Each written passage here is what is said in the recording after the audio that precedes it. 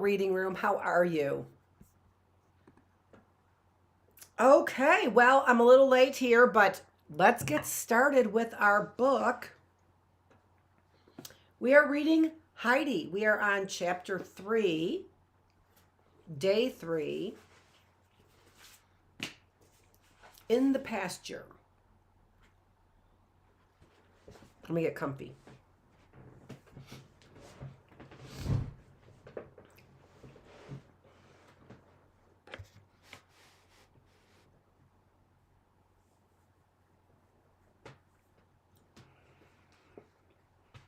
I have my water. I'm all set. In the pasture. Heidi was awakened on the following morning by a loud whistle. As she opened her eyes, a yellow sunbeam shining through the opening fell on her bed and turned it, and all the hay that was spread about the loft, to glistening gold. She looked about her with astonishment and could not make out where she was. Soon she heard her grandfather's deep voice, and it all came back to her, how she came there, and that now she lived with her grandfather upon the elm, and no longer with the old Ursel, who was quite deaf and so chilly that she was always sitting by the kitchen fire or by the stove, where the child must sit also, or quite near, in order that the old woman might see what she was doing, as she could not hear. Poor Heidi always had felt it stifling and close in the room, and longed to get out. How glad she was to awake in her new home, to remember how much she had seen the day before that was new, and to think of all the coming day had in store for her. Above all, Schwally and Barley, the goats. She sprang up and soon had all her clothes of the day before, and they were few enough. Down the ladder she ran and away out the door. There stood Peter with his goats, and her grandfather brought his out from the stall that they might join the flock. Heidi bade both him and the goats a good morning. "Would you like to go with them to the pasture?" asked the old man. The child could only jump for joy, she was so delighted. "First, however, you must wash and make yourself clean, or the sun will laugh at you while he is shining so brightly up there and sees you all dirty and black. Look there, everything is ready for you." He pointed to a big tub of water that stood in the sun before the door. Heidi splashed and rubbed herself till she shone again. Her grandfather, in the meantime, went to the hut and soon called out to Peter, "Come here, goat general, and bring your knapsack." Peter obeyed in surprise and opened his bag, in which was his poor little dinner. "Wider, wider," said the old man, and put in a big piece of bread and another piece of cheese. Peter opened his eyes as wide as ever he could, for the pieces were each twice as large as his own. Now the mug goes in too, for the little one can't drink as you do from the goats themselves. No, indeed, and you must milk this twice full at noon, for the child will go with you and stay till come back in the evening. Until you come back in the evening. Now take care that she does not fall off the cliffs." Heidi was soon ready and came running to say, "Now can the sun make fun of me, grandfather?" In her fear of the laughter of the sun, she had rubbed her face, neck, and arms so roughly with the coarse towel she found by the tub that she was as red as a lobster as she stood there before him. He laughed a little, but said soothingly, "No, he will find nothing to make fun of now. But do you know something? In the evening when you come home, you must go to the tub all over, like a fish. For when you go about like the goats, you will get very black feet. Now go on your way." And on they went, climbing joyfully up the elm. The wind had swept the last trace of cloud from the sky, which was a wonderful dark blue. The green alp was covered with blue and yellow flowers, and their wide open petals seemed laughing back at the sun, while everything shimmered and shone. Heidi scampered hither and thither, shouting for joy. Now it was a whole group of red primroses. One place was perfectly blue with lovely gentians, and here and everywhere the tender blossoms of the yellow buttercups nodded and laughed in the sunlight.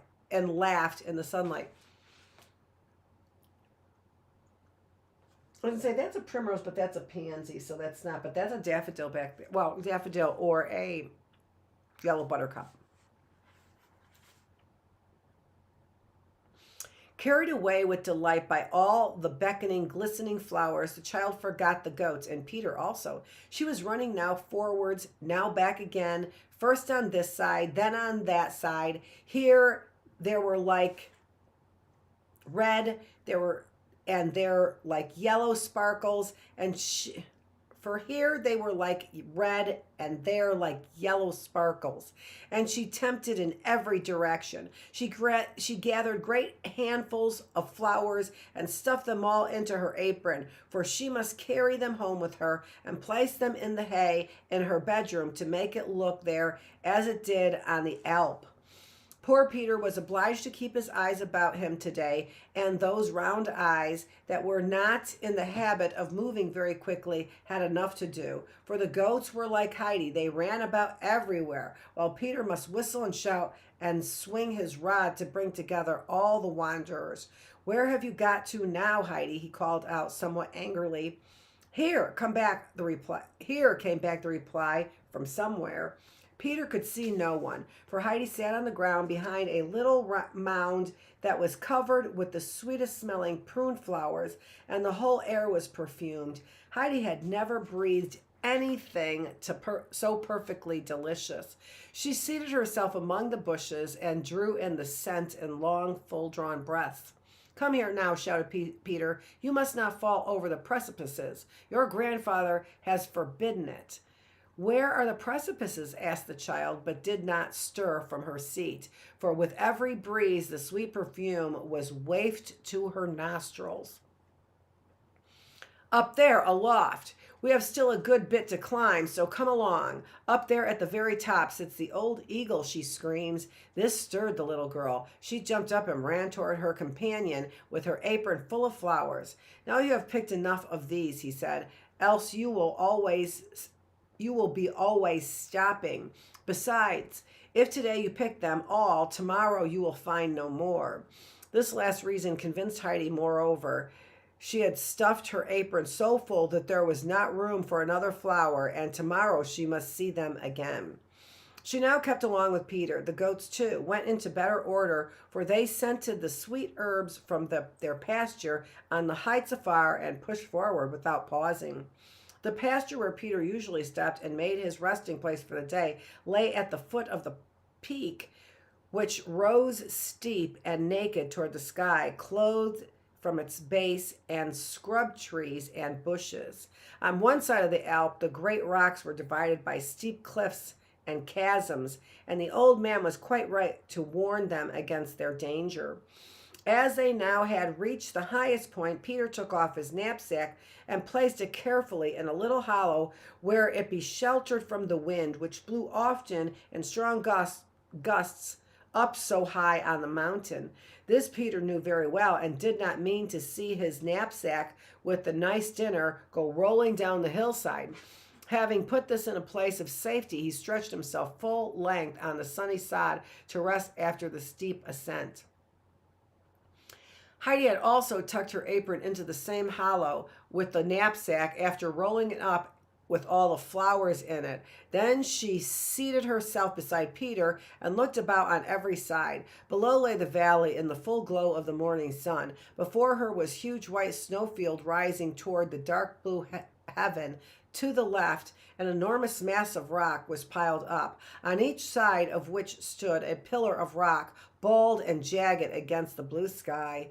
Heidi thought the pinnacles were looking down at her, and she sat there as still as a little mouse and looked on every side. All was still, only a light soft breeze stirred the blue harebells and the shining yellow buttercups that grew all about and stood nodding to her on their slender stalks. Peter had fallen asleep after his exertions, and the goats climbed here and there and up into the bushes. Never had the child been so happy in all her life. She drank in the golden sunlight, the fresh air, the sweet perfume of the flowers, and longed for nothing but to stay where she was forever. Isn't that just like a kid? And isn't that just like a wonderful day for anyone?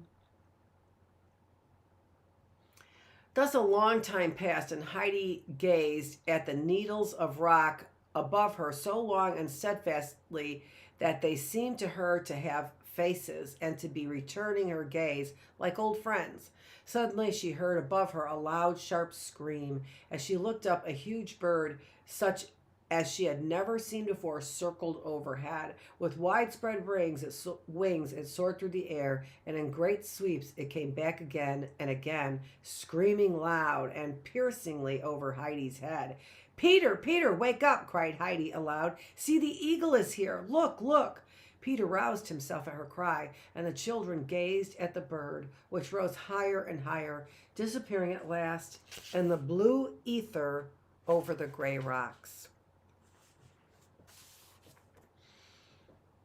Where is he now? Asked Heidi, who had watched the bird with breathless interest. Is his home up there? Oh, how beautiful to live up there. But why does he scream so? Because he must. Let us climb up there to see his home, suggested Heidi. Oh, oh, oh, cried Peter, and each oh was louder than the last. Even the grass are not able to climb up there, and the elm uncle said you must not fall over the precipice. After this, Peter began to whistle and call so loudly that Heidi did not know what had happened. But the goats knew well enough, and all came running and jumping, and were soon gathered on the green field. Some nibbled at the green grass, others ran here and there, while some stood opposite each other a little way apart and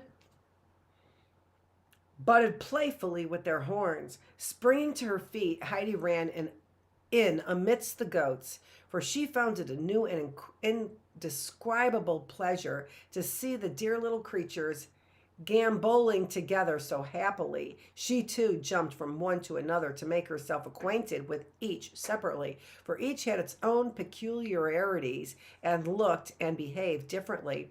While Heidi played with the goats, Peter had fetched the knapsack and arranged the 4 parcels in a square on the grass, the big ones on Heidi's side and the little ones on his.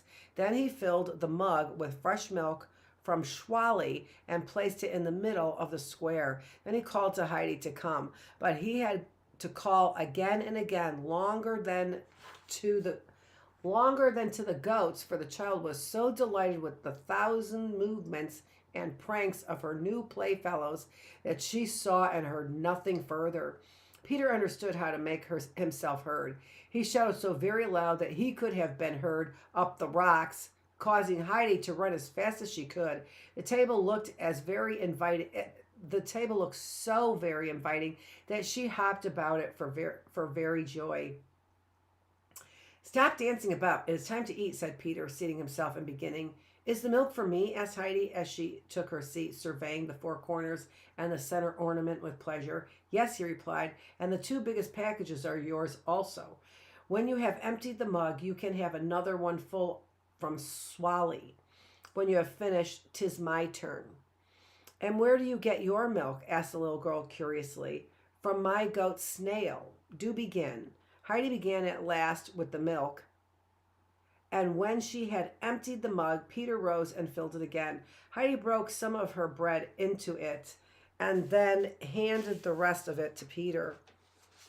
It was a big piece, twice as large as his, which he had already eaten together with the rest of his dinner. She gave him also her big lump of cheese, saying, "You have it.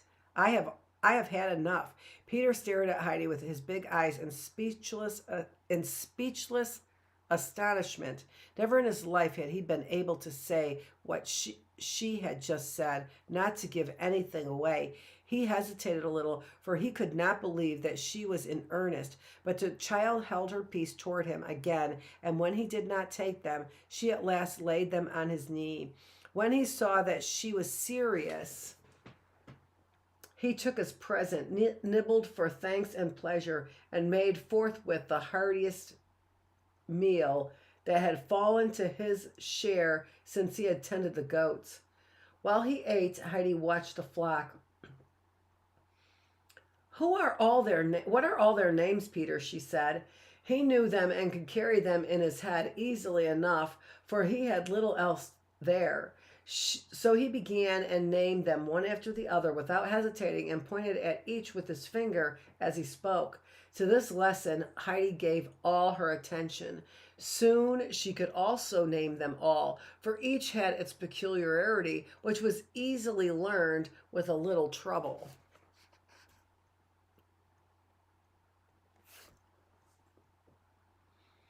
There was a big Turk with his strong horns who was forever butting the others, so that they generally scampered away when he came toward them, and would have nothing to do with such a rough comrade.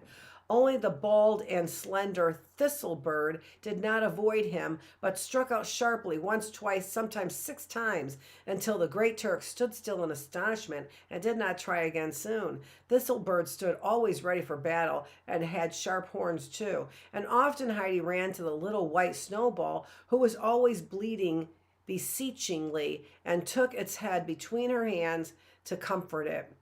Even now the child sprang toward it again, for she heard its wailing cry. She put her arm around the little creature's neck, saying sympathizingly, "What ails you, Snowball? Why do you call for help so piteously?" The animal nestled confidingly against the little girl and was quiet again, and Peter called out from his seat, explaining Snowball's trouble between mouthfuls. "She does that because her old one does not come with us any more. She was sold to Mayenfeld the day before yesterday and will not come any more to the elm." "Who was the old one?" asked Heidi. "Pooh, its mother," was the reply. "Where is the grandmother?" asked the child. "Has none." "Or the grandfather?" "Has none." "Oh, you poor little Snowball," said Heidi tenderly, pressing the goat softly to her side. "But now don't cry so any more. I will come here every day with you. Then you will not be lonely. And if you are feeling very bad, you may come to me." Snowball rubbed her head trustingly on Heidi's shoulder and bleated more. When Peter had finished his dinner, he came again to look after his flock and had already begun his researches. By far the loveliest and cleanest of the goats were Shanley and Barley, who certainly behaved with greater decorum than the other, generally going their own way and avoiding all, particularly Turk, who was very forward. The animals had begun to climb up toward the bushes, each in its own way, one springing lightly over every obstacle, others carefully searching all along the way for a good mouthful, Turk trying now and then to give someone a blow, Schwanley and Barley climbing prettily and lightly, finding the best bushes and eating in a delicate and dainty manner. Heidi stood with her hands behind her back, watched all that went on.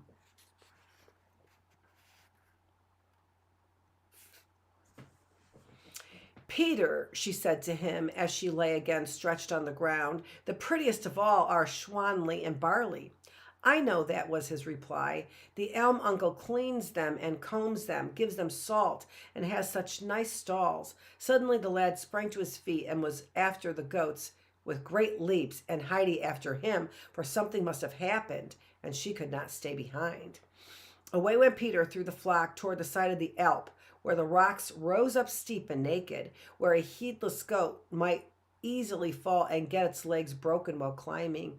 He saw that the giddy Thistlebird had strayed in that direction, and he ran after her only just in time, for she had reached the very edge of the precipice.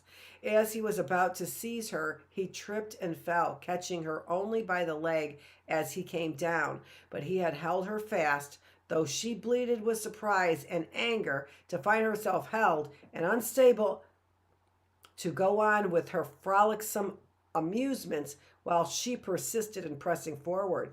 Peter called loudly for Heidi. He was unable to rise and seemed to himself almost pulling the little goat's leg off. She was so determined to go on. In a trice, Heidi was there, saw the danger of his situation and of the goats. Pulling quickly a sweet-smelling herb, she held it under Thistlebird's nose, saying soothingly, Come, come, little goat, come and be good, Thistlebird.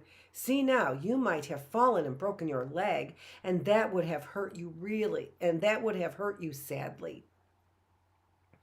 The goat turned quickly about to nibble at the herb held out by Heidi and was quite content. Peter, having regained his feet, hastened to seize the string that hung from her collar, while Heidi took the collar from the other side.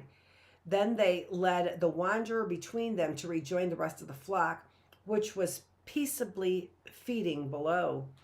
Once Peter had his goat in safety again, he raised his rod and was about to whip her soundly. Thistlebird drew back in alarm, for she saw what was coming. Heidi, however, screamed out in terror, "No, Peter, no! You must not strike her. See how frightened she is."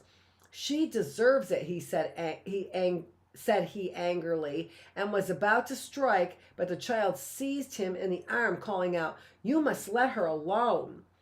His companion stood staring in surprise at her commanding tone and flashing eyes, while he involuntarily dropped his arm, saying, "So then she may go if you will give me some of your cheese tomorrow." He felt that he must have something to console him for his fright. "You may have it all, tomorrow and every day, for I do not care for it," said Heidi, "and a big cheese and a big piece of bread also I gave you today, but you must promise me not to strike Thistlebird, nor Snowball, nor any of the goats." "It's all the same to me," said Peter. That was his equivalent for a promise, and he let the offender go. Away sprang the happy goat with great leaps in amongst the others. Almost unheeded the day had passed, and now the sun was beginning to sink behind the mountain.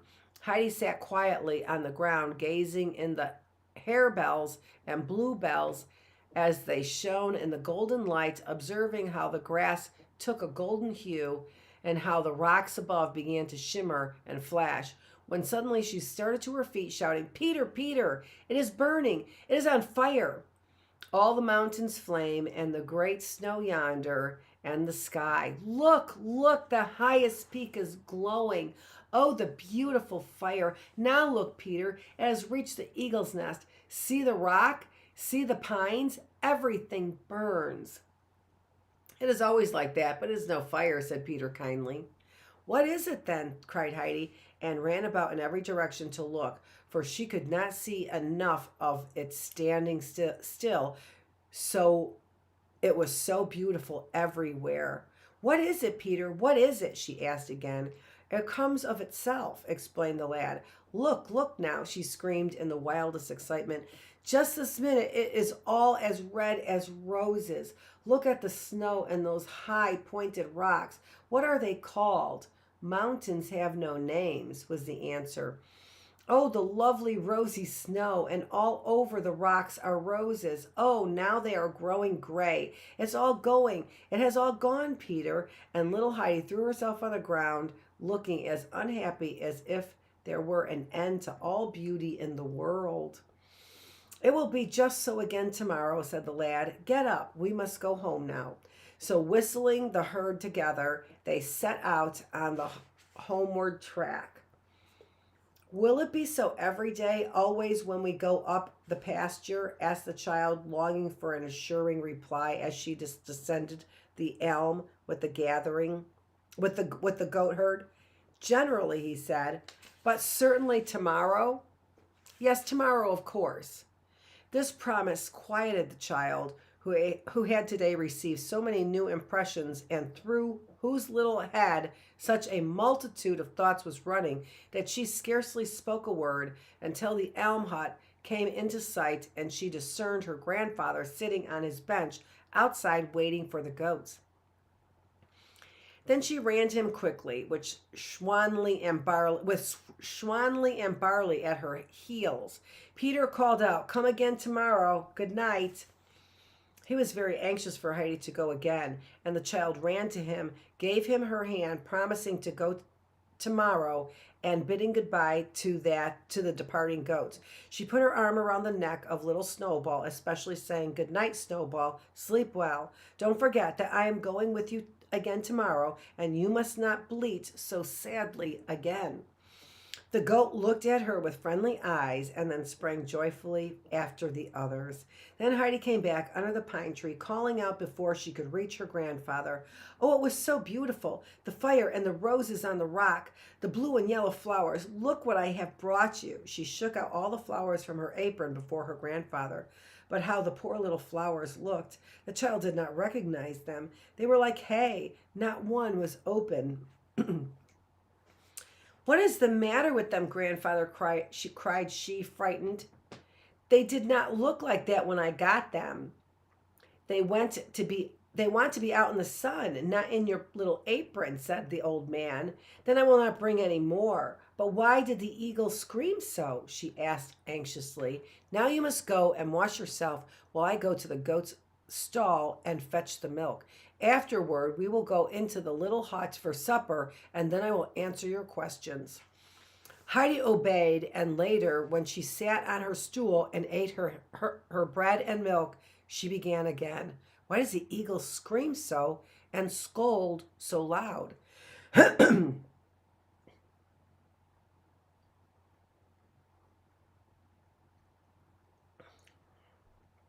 This cold I got on January 3rd. I don't sound any different. "He is scornful about the people down below who huddle together in their villages and tease each other, and so he scolds at them. If they would separate and each go his own way and climb up a mountain as I do, it would be far better." His grandfather said this in a half-wild way that reminded the child of the screaming eagle. "But why have the mountains no names?" asked she after a pause. "They have names," he said. "If you can describe one to me so that I recognize it, I will tell you the name." Heidi described the pile of rocks with the two pinnacles on each side exactly as she saw it, and her grandfather replied, well pleased. That is right. I know it. It is called Falkness. Have you seen others?" There was another with the big snowfield, which looked as if it was on fire, and then grew pink and was suddenly quite gray and died out. "I know that too," he said. "That is the Casaplana. So you liked it up there on the pastures." Then Heidi told him all that had happened during the day, how beautiful it was, and particularly about the fire at sunset, and begged her grandfather to explain it to her, for Peter knew nothing whatever about it. "Yes," said the grandfather, "the sun does that when he says good night to the mountains. He casts his most beautiful beams across them so that they will not forget that he is coming again in the morning." This pleased the little girl, and she could scarcely wait until tomorrow. She was in such haste to go again to see the sun bid good night to the mountains. But first she must go to sleep, and she did sleep through the whole night soundly in her little hay bed, and dreamed of pink mountains covered with roses, in the midst which Snowball jumped gaily about. Next chapter, chapter 4, with the grandmother. Okay, so this is Dr. Annette Feravich. Thanks for joining me here in the reading room. We are reading Heidi by Johanna Spyri. Thanks for joining me.